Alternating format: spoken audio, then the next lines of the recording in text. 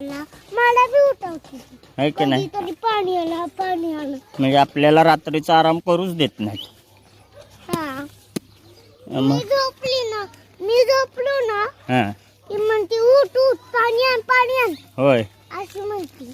अरे बापरे, आता ती मम्माचं काय करायचं काय सांग अरे बरं. पिऊचं सांगतोय मी तुला. होय काय, मला वाटलं मम्माचं. पिऊ जागी झाली ना की उठती, ब्रश करती, हं. नाश्ता खाती, हं. पाणी पिती हां आणि ती मला उठवती. हं. उठ उठ उठ हां आणि आंघोळीला तर उठवते.